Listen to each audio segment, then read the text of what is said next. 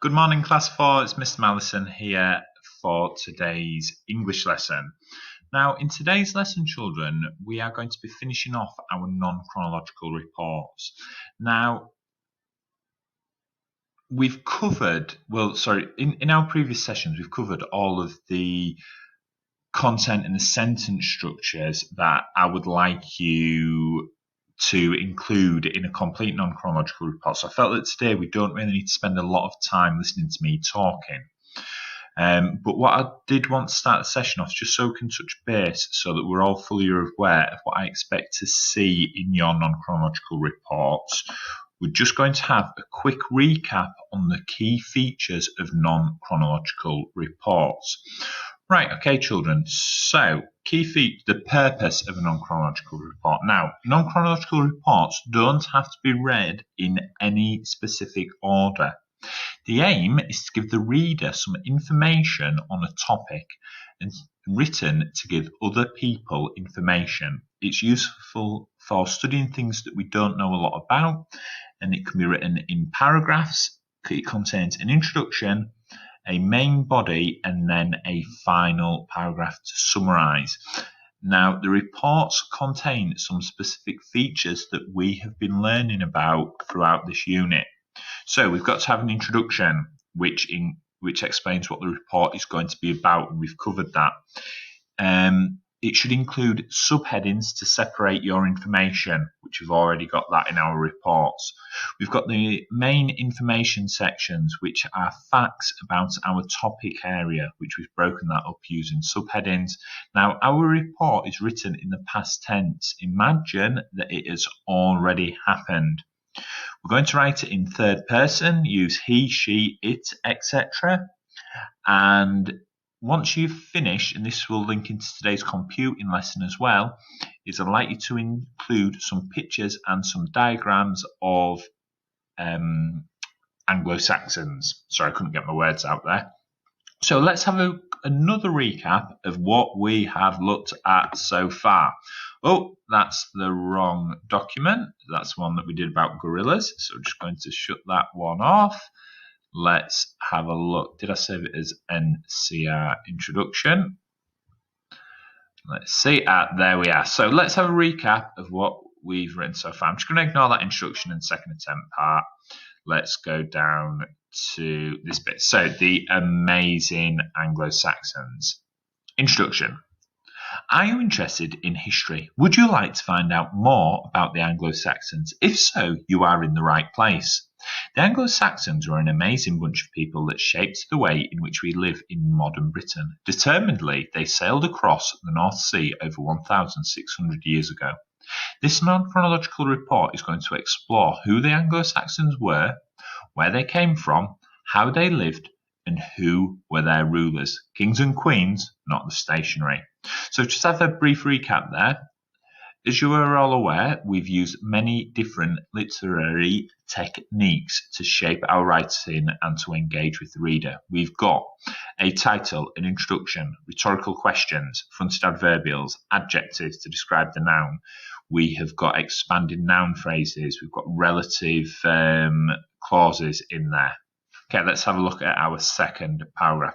Who were the Anglo-Saxons and where did they come from? Surprisingly, the Anglo-Saxons were warrior farmers who travelled to what is now known as the United Kingdom from Denmark, Germany, and the Netherlands. As stated above in the introduction, the Anglo-Saxons rowed across the North Sea to England using large, not wooded boats, large wooden boats. And upon arriving here, they forced the native tribes to flee their homes so that they could farm and control the land. But to improve upon that, to add some more detail, you may wish to explain that the Romans actually invited the Anglo-Saxons here first. You could actually build upon what I've got there. Now, hopefully, you've completed your guided reading session first for today, because within that section, we have looked at a non-chronological report on Anglo-Saxons, and that information may help you to continue with this report. So, what do we actually need to include in this next piece of writing? So, what I'd like you to look at today, children, to finish off your report, I'd like you to revisit your research sheet and consider carefully what did the Anglo-Saxons do. And you could write a whole paragraph or a couple of paragraphs on what they did. Now, if you wanted to now, you could pause this video and go and watch the theme video for this afternoon on Anglo-Saxons, which we are going to be looking at where the Anglo-Saxons lived. And we're going to look at and how they lived. So we're going to look at some villages. And you could use some of that information to help you write this section of your report, because not only could you write what did they do, you could write how they lived. Now then, the next section of your report, so this is going to come under a different subheading, which was how was Anglo-Saxon Britain ruled and what kingdoms did they have? So within this section, you could use your research that you carried out on the 7 different kingdoms that made up Anglo-Saxon Britain. And then you may also use your research that you used to complete this sheet to explain who the rulers were. You then need to do a summary paragraph, which will just sum up what you've written and what you've written about. You could even pop into that summary about how the Anglo-Saxon period came to an end, which if you're unsure about how the Anglo-Saxon period came to an end, if you haven't done any research on that yet, if you go back to the guided reading session from today and that document that I've uploaded onto the blog, the last 2 to 3 paragraphs will explain the end of the Anglo-Saxon period.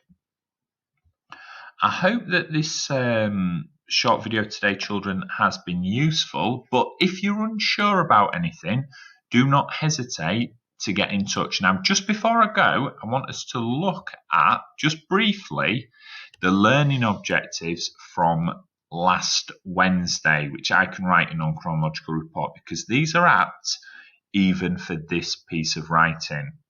So, I can use my own research to add detail to keep the reader interested. So once again, using your own research, but you're putting it into your own words. We're not just copying and pasting. And I want detail, detail, detail. The children who I spoke to last week about this, you know who I'm talking to. I can include a range of suitable literary devices to engage with the reader. So let's have a quick recap on that. Think about your expanded noun phrases, relative clauses, embedded clauses, rhetorical questions, and all those pieces of GPS work that you've been doing that are attached to the Oak Academy this week. It all feeds into this piece of work. Don't just leave it as expanded noun phrases.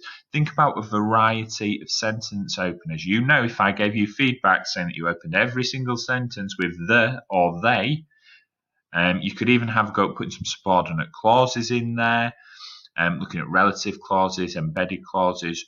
Write with flair. Show me what you can do. Show me what you've been learning about in your GPS. We're wanting to engage as much as possible with the reader. Okay, children, I hope all of that information's helped, and I look forward to reading your reports. Okay, thank you very much. Bye.